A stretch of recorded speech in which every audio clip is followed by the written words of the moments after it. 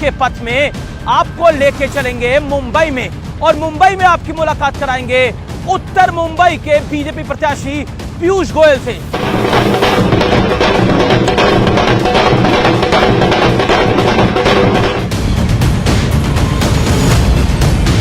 विपक्ष तो अभी तक टिप्पणियां कर रहा है कि ये राम मंदिर बेकार है, और इसका जवाब भारत की जनता मुंह तोड़ जवाब देगी राहुल गांधी और उनके मित्रों। यहाँ पर जय श्री राम के नारे हैं और एक बार फिर नरेंद्र मोदी की हैट्रिक की बात है। फिर एक बार मोदी सरकार ही अब की बार 400 पार। नमो रथ जो है वो मुंबई, नॉर्थ मुंबई की गली गली से गुजर रहा है। देखिए मोदी जी के लिए क्या अपार स्नेह। एक सीक्रेट हमने आपके बारे में पता कर लिया है कि आपका ओरिजिनल नाम घर का हैप्पी है। ये वड़ा पाव भी आ गए हैं, अब ये मलाई वाले वड़ा पाव हैं या चीज वाले हैं। खाया, मिठाई भी तैयार है, अब पता लगेगा 4 जून को मिठाई कौन खाएगा। नरेंद्र मोदी खाएंगे, ये स्पष्ट।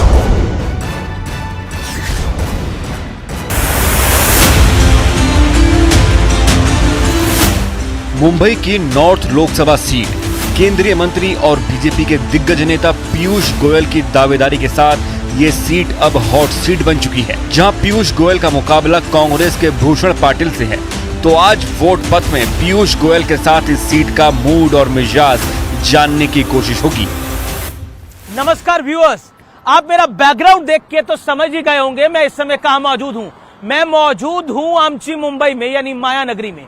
लेकिन लोकसभा का चुनाव चल रहा है और इस महापर्व में सबसे कठिन पथ है, इस कड़कड़ाती धूप में, इस हुमस वाली गर्मी में, वो है वोट का पथ।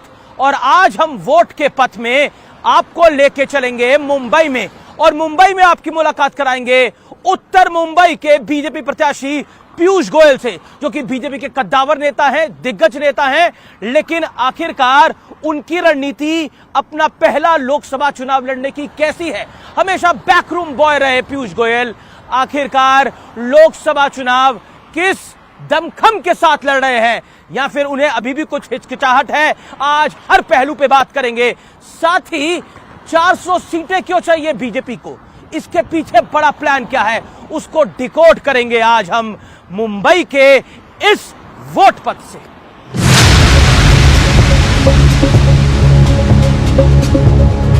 पीयूष गोयल के साथ वोट पथ की शुरुआत होगी मुंबई में उनके चुनावी दफ्तर से।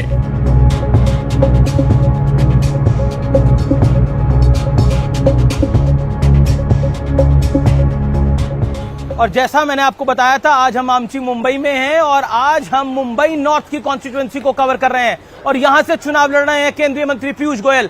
इस समय हम पीयूष गोयल के केंद्रीय कार्यालय पे मौजूद हैं और यहां पर हम जानने और समझने की कोशिश करेंगे कि बैकरूम बॉय पीयूष गोयल आखिरकार अपना चुनाव किस दमखम के साथ लड़ रहे हैं। तो आज का वोट पथ केंद्रीय मंत्री पीयूष गोयल के साथ। पीयूष गोयल के रोड शो की शुरुआत से पहले हमने देश और महाराष्ट्र की राजनीति पर उनसे संवाद किया और आज हम वोट पथ में मौजूद हैं मुंबई नॉर्थ कॉन्स्टिट्यूएंसी में, यानी आमची मुंबई में, और मेरे साथ हैं केंद्रीय मंत्री पीयूष गोयल। पीयूष जी, आपका अभिनंदन है। बैकरूम बॉय से अब आप लोकसभा कैंडिडेट हैं। राज्यसभा में इतने साल रहने के बाद लोकसभा का आप चुनाव लड़ रहे हैं। बहुत आनंद आ रहा है। एक वर्षों तक दूसरों को लड़ाना का अनुभव तो बहुत अच्छा आया, लेकिन कैंडिडेट की साइकोलॉजी कुछ अलग ही होती है, वो इस बार अनुभव करने को मिला। मैं माननीय प्रधानमंत्री नरेंद्र मोदी जी का आभारी हूँ कि उन्होंने मुझे जनता की अदालत में जाकर, जनता के बीच रहकर, जनता के सुख सुविधा समस्या समझने का मौका दिया। लेकिन महत्वपूर्ण ये है कि जब आप तो महाराष्ट्र की राजनीति में लगातार बने हुए हैं, लेकिन अब जब ये जो लोकसभा चुनाव हो रहा है, इस राजनीति में करवाहट बहुत आ गई है। नाना पटोले ने भी एक बयान दिया है और इसके अलावा संजय राउत ने एक बयान दिया है। कैसे देखते हैं? कौन इनको सीरियसली लेता है भाई साहब? ये एक स्पेंट फोर्स है। आप देखिए ना, शिवसेना पूरी की पूरी शिवसेना एकनाथ शिंदे के साथ आ गई। उद्धव ठाकरे जी ने पहले मोदी जी को धोखा दिया, देवेंद्र फडणवीस जी को धोखा दिया, उनके नाम पे उनके एमपी एमएलए जीत के आए। उसके बाद एक मुख्यमंत्री बनने का और अपने लड़के को स्थापित करने का उनके जो लालसा थी, उसने उनको इतना कमजोर बना दिया कि उन्होंने धोखा दिया, दगाबाजी की मोदी जी और फडणवीस जी के साथ। और अब देखिए, इतनी खराब सरकार चलाई महाराष्ट्र में, एक ऐसी सरकार जिसने कोई निर्णय नहीं लिए, ऐसी सरकार जिसका मुख्यमंत्री कभी मुख्यमंत्री कार्यालय नहीं गया। और जब शिवसेना के लोगों ने महसूस किया कि ये बाला साहेब ठाकरे जी के सभी सिद्धांतों के खिलाफ जा रहे हैं, कांग्रेस की गोद में जाके बैठ गए उद्धव ठाकरे जी, तो पूरी शिवसेना ने तय किया कि हम इसको स्वीकार नहीं करेंगे। अब उद्धव ठाकरे जी अलग हो गए, एक स्प्लिंटर ग्रुप। तो संजय राउत को कौन सीरियस? लेकिन क्या आपको लगता है जो टिप्पणी करी गई प्रधानमंत्री को लेकर, खासतौर पर कहा था कि हमने औरंगजेब को रोका है, प्रधानमंत्री की तुलना औरंगजेब से करी गई और कब्र खोदने की बात की गई? ये माननीय प्रधानमंत्री जी पे समय समय पे अलग अलग पार्टी, अलग अलग नेताओं ने, चाहे वो मनीषशंकर अय्यर हो, उन्होंने भी अभी कुछ विवादित बयान दिया। संजय राउत जैसे, मणिशंकर अय्यर तो ने कहा कि पाकिस्तान के पास भी एटम बम है, हमें बातचीत करनी चाहिए। मैं कहता हूं कि देश को इन जैसे नेताओं से, इन जैसी पार्टियों से बचना पड़ेगा। और इंडिया अलायंस के जो बड़े बड़े नेता हैं, फिर चाहे वो राहुल गांधी जी हों, उनके मित्र पक्ष के नेता, उन्होंने माफी मांगनी पड़ेगी देश से। एक के बाद एक देश को तोड़ने की बात करते हैं, देश को बंटवारे की बात करते हैं, धर्म को लड़वाते हैं, जाति के आधार पर लड़वाते हैं लोगों को। अब तो हमारे स्किन के कलर के ऊपर भी, हमारे रंग पे भी देश को बांटने की कोशिश करते हैं। क्या आपको लगता है कि राम मंदिर एक फैक्टर है 2024 के चुनाव के अंदर? हमारी आस्था का सवाल है। 140 करोड़ भारतवासियों की आस्था, हमारी इतिहास प्रभु श्री राम के साथ जुड़ा हुआ है। और प्रभु श्री राम किसी एक धर्म के नहीं है, प्रभु श्री राम पूरे देश के हैं, पूरी दुनिया के। लेकिन विपक्ष तो अभी तक टिप्पणियां कर रहा है कि ये राम मंदिर बेकार है। और इसका जवाब भारत की जनता मुंह तोड़ जवाब देगी राहुल गांधी और उनके मित्रों। उद्धव ठाकरे जी ने हिंदुत्व को त्याग दिया। उद्धव ठाकरे जी ने बाला साहेब के कहे हुए हर उस विषय को नजरअंदाज किया है जो मूलतः सिद्धांत थे शिवसेना के। राहुल गांधी जी तो बॉयकॉट किया उन्होंने प्राण प्रतिष्ठा। अब क्लेम करते हैं कि मैं शिव भक्त हूं। अब कोई उनका नेता कहता है कि नींव रखने का काम तो राजीव गांधी ने किया।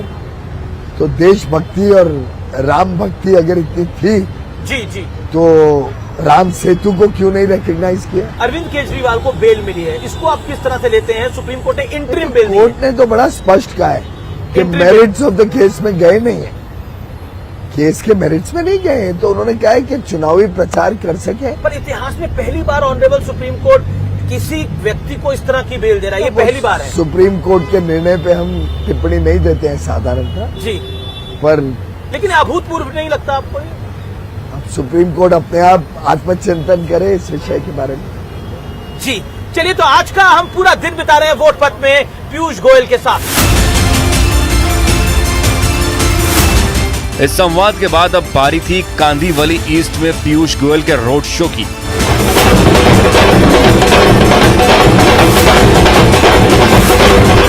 तो वोट पथ में हम लगातार बातचीत कर रहे हैं पीयूष गोयल के साथ। हम पीयूष गोयल के साथ उनके रोड शो में मौजूद हैं। उनका नमो रथ जो है वो मुंबई, नॉर्थ मुंबई की गली गली से गुजर रहा है और अपने लिए और नरेंद्र मोदी के लिए वोटों का आशीर्वाद मांग रहा है। तो पीयूष जी, तो पीयूष गोयल जी, ये जो लोकतंत्र वाली राजनीति है, ये जो लोकसभा वाली राजनीति है, कैसी लग रही है आपको? बहुत ही आनंद आ रहा है। मैं माननीय प्रधानमंत्री का आभारी हूँ। मौका दिया लोकसभा लड़ने का,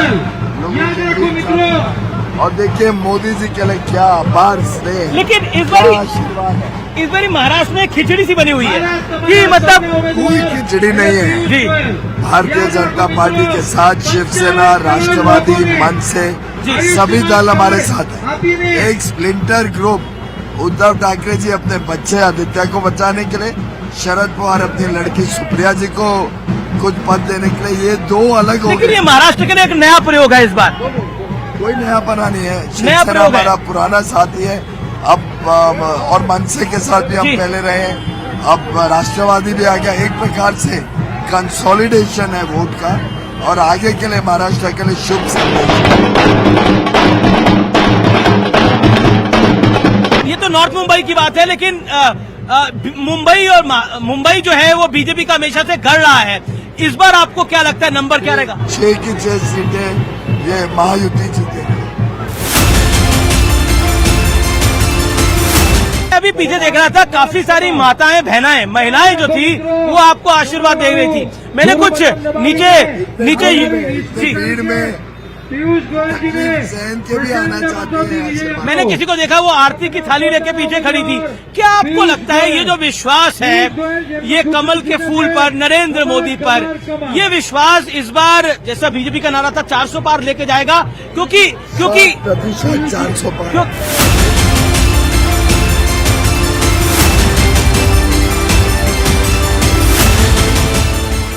एनसीपी के खिलाफ हमेशा आपने चुनाव लड़ा, इस बार वो आपके साथ है, तो ग्राउंड पे आपका कार्यकर्ता कनेक्ट कर पाएगा पूरे महाराष्ट्र में? क्या मिलजुल के कैसे चल रहे हैं ये हमारे राष्ट्रवादी के यहाँ के नेता, शिवसेना के नेता, तो सब साथ में है इस बार?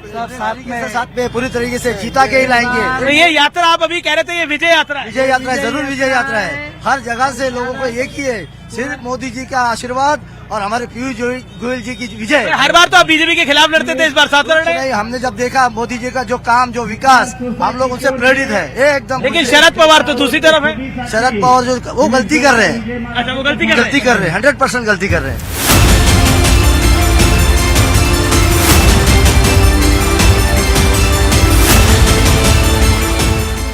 तो हम मौजूद हैं नॉर्थ मुंबई कॉन्स्टिट्यूएंसी के अंदर, जहां से कैंडिडेट है पीयूष गोयल।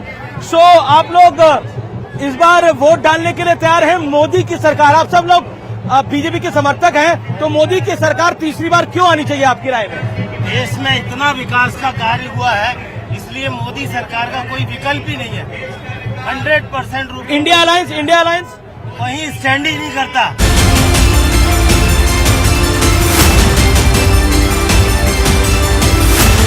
इस बार क्या लगता है आपको, नरेंद्र मोदी तीसरी बार प्रधानमंत्री बन जाएंगे? 100%। कारण उन्होंने नरेंद्र मोदी जी प्रधानमंत्री भी बनेंगे और 2047 में भारत विकसित भारत भी बनेगा, और उन्होंने काम करके पर दिखाया। आप सब तो बीजेपी के कार्यकर्ता तो बोलेंगे ये बात? ये हम नहीं बोल रहे हैं, ये जनता बोल रही है। जो आज आपने आज की रैली देखी थी जी, ये आम जनता को आप पूछ लीजिए, आम जनता का पुकार है। फिर एक बार मोदी सरकार, अब की बार 400 पार। पीयूष गोयल के साथ वोट पथ का अगला पड़ाव था नॉर्थ मुंबई का मलाड।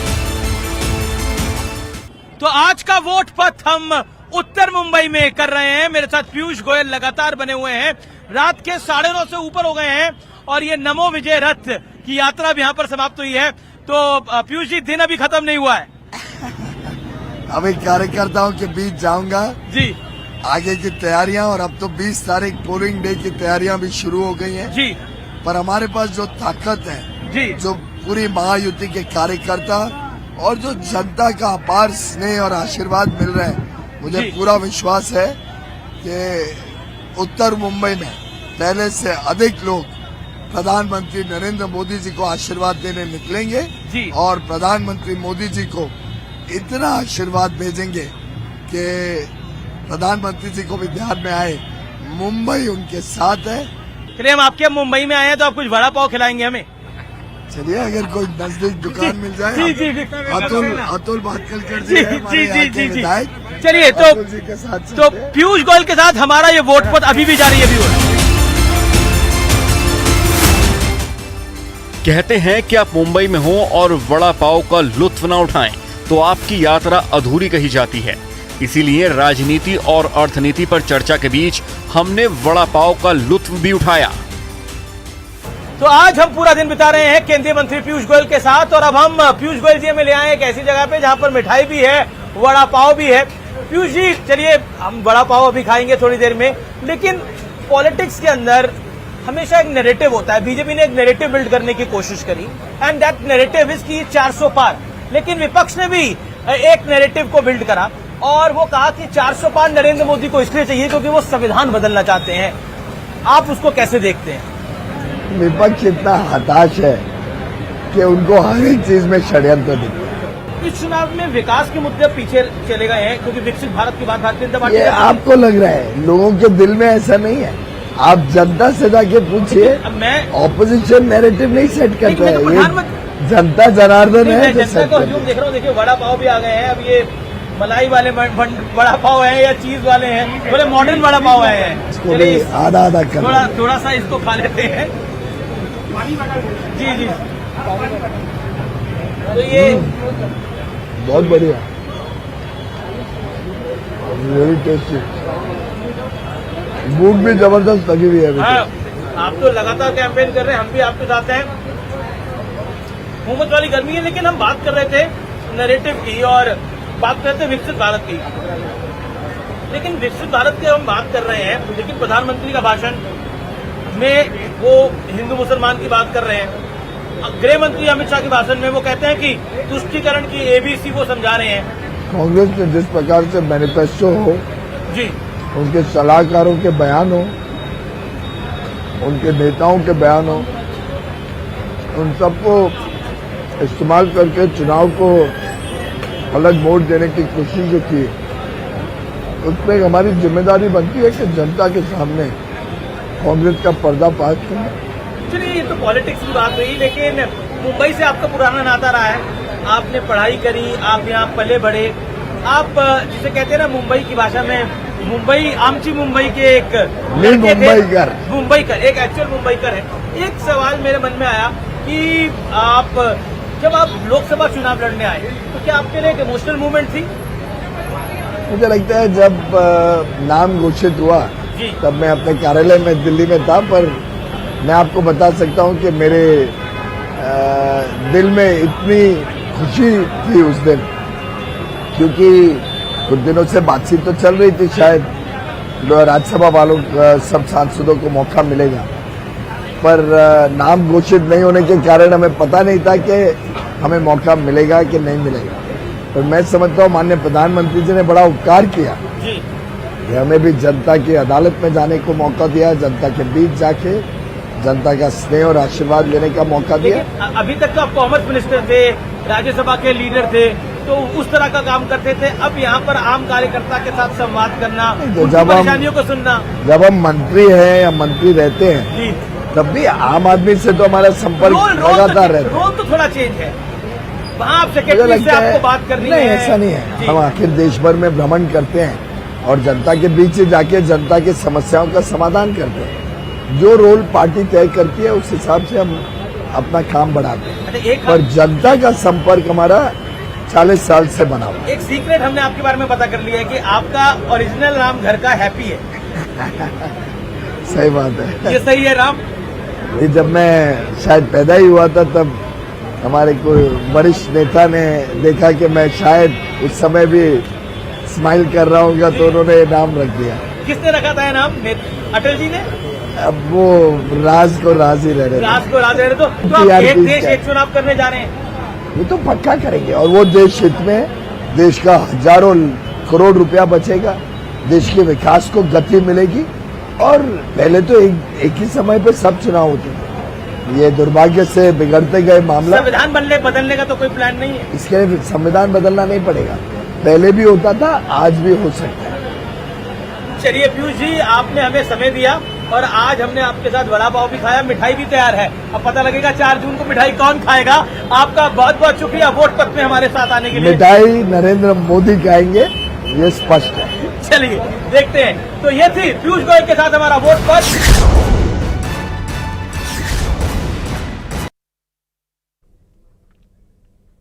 और चलिए अब देखेंगे 20 बड़ी खबरें।